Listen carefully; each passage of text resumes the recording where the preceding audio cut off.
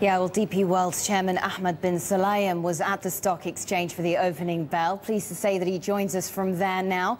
Mr. Sulayem, thank you so much for speaking to us. Great to have you on the show. So, you know, as we've been hearing, I guess the idea with the secondary listing is to lure investors, to attract a wider range of shareholders. Does this mean that you're not very confident about market conditions improving in Dubai? On the contrary, actually, we did a very strong IPO when we did it in Dubai.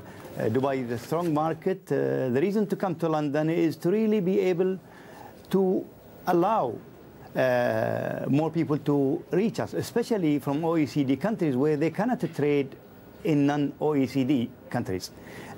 Second, P&O, which we acquired, was in London, and this is basically, again, offering the same, basically Dubai and London. Just another quick one on Dubai before we get into the specifics of DP World. I know that you say that you do have a level of confidence in the situation there at the moment, but the confidence, at least certainly when it comes to foreign investors, even investors elsewhere in the Middle East, not what it was. So what needs to happen to rebuild that confidence in the city? Well, the confidence is there. There are more companies registering, more companies coming, more tourists. I mean, you have to look at the numbers.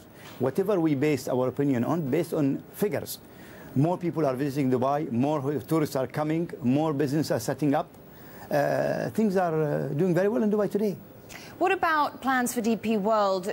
Would you want to list elsewhere? We did consider and study, and we did a thorough study of different markets. Hong Kong was one, New York was another, and we decided on London. London is a very important financial market, very complementary to Dubai. We are familiar with it very well. It's the heart of Europe, and the decision was to go to London. So what do you hope the London listing will do to DP World shares? Again, that will be up to the investors, up to the people who buy. We believe it's going to be attractive for people who are interested in infrastructure funds. These people who always look at companies like DP World.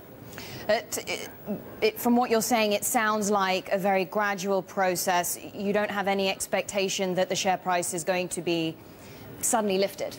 Well, let me tell you, I don't expect a dramatic change. Share prices will always be determined by the confidence of the investors, and this is their choice. What is your outlook for trade in the second half of this year?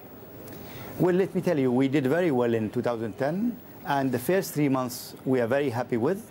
The world is coming out of recession. From the numbers we have, we are in 31 countries, 49 terminals, and we do see improvement in the Far East, improvement even in Europe.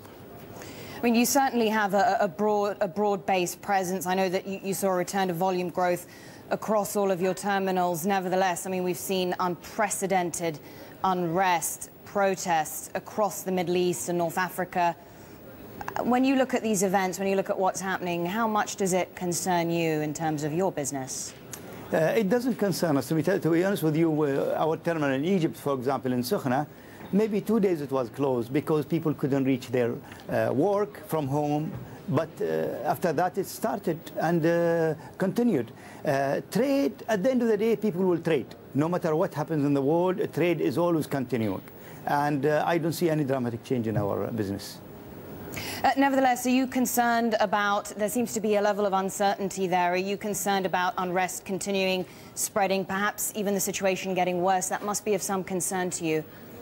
We are an international company. We are in many parts of the world, and we don't really see it that way. These events are mostly local or internal in different countries, but business is as usual. Thank you very much indeed. Great to get your thoughts. Chairman of the Board, DP World, Sultan Bin Sulayem, thank you so much.